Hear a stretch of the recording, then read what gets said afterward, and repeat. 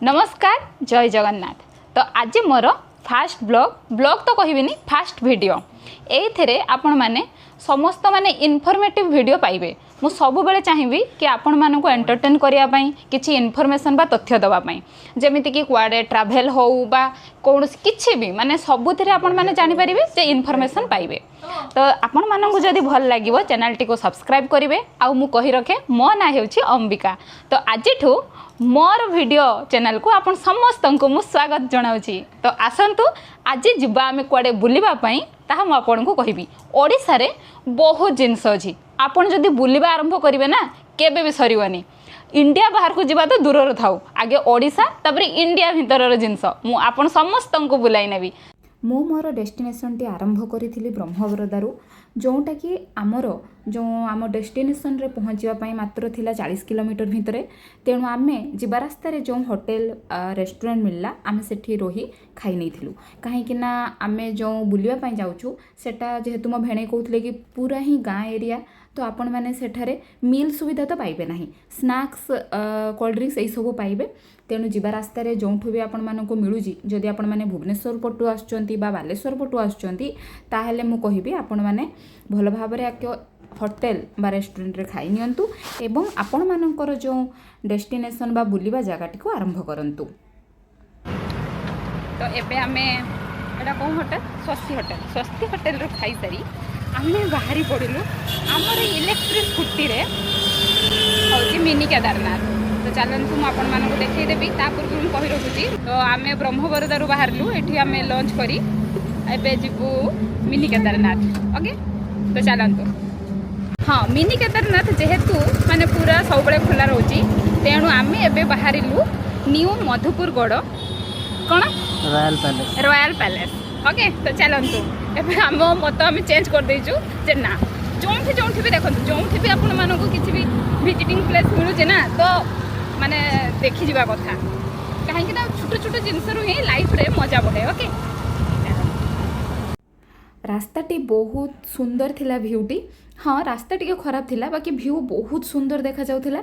एई भली भाबरे रास्ता को आमे अतिक्रम करी जाई पहुंची गलु आमर डेस्टिनेशन पाखरे। एबे आमे आसिकी गड़ मधुपुर रॉयल पैलेस रे पहुंची गलु। बहुत पुराना जगह जमती कि देखि पारथिबे do not enter without permission. देखिए एबे कौन करवा विदाउट परमिशन रो त आमे पहुंची पारिबुनी भीतर को जाई पारिबुनी। हे मो दीदी कहूची कि आगुर आसते से माने एमती किछि नथिला एबे होई जाइछे भाई। देखिबा कौन करवा जदि एठी आमे काहा को पाइबु ताहले जानि पारिबु केही तो केही देखा ही जाउ नहांती।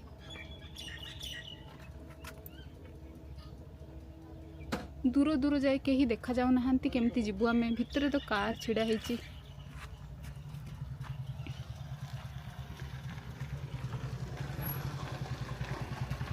अन्य माने भी लगुच बुलिया आसछंती देखिबा कौन हो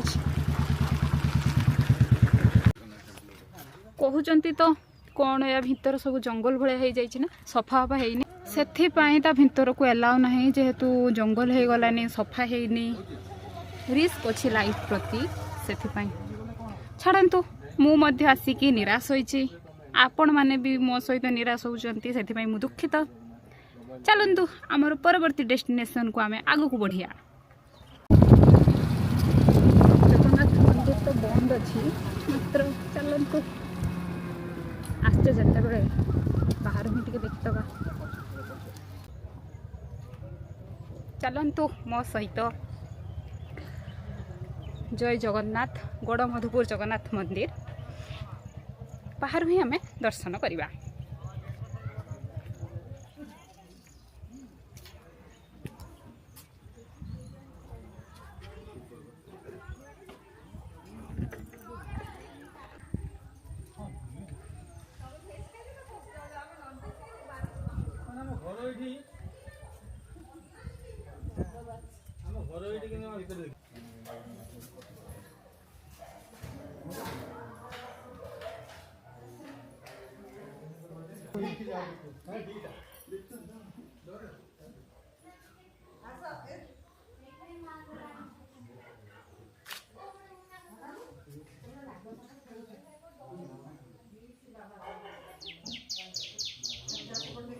ଏଠି ନାଗ ସାପ କ'ଣ ଖେଳୁଛି ସମସ୍ତେ କହୁଛନ୍ତି।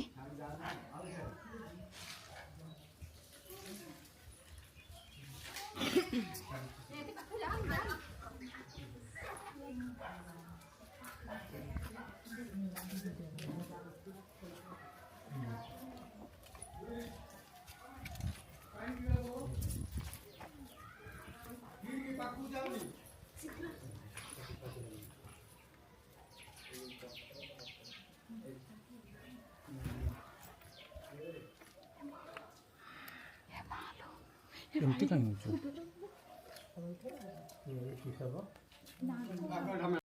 ଜଗନ୍ନାଥ ମନ୍ଦିରର ଦର୍ଶନ ସାରି ଆମେ ଯାଉଛୁ ମିନି କେଦାରନାଥ, ଯେଉଁଟାକି ବହୁତ ସୁନ୍ଦର ଭ୍ୟୁ, ମାନେ ରାସ୍ତା ସାରା ଆପଣ ଯଦି କହିବେ ନା ବହୁତ ହି ସୁନ୍ଦର ପାହାଡ଼ ଜଙ୍ଗଲ, ଯଦି ଆପଣ କହିବେ ତା ଭିତର ଦେଇ ହିଁ ଆପଣମାନେ ପହଞ୍ଚିବେ ଆପଣମାନଙ୍କର ଡେଷ୍ଟିନେସନରେ ମିନି କେଦାରନାଥ।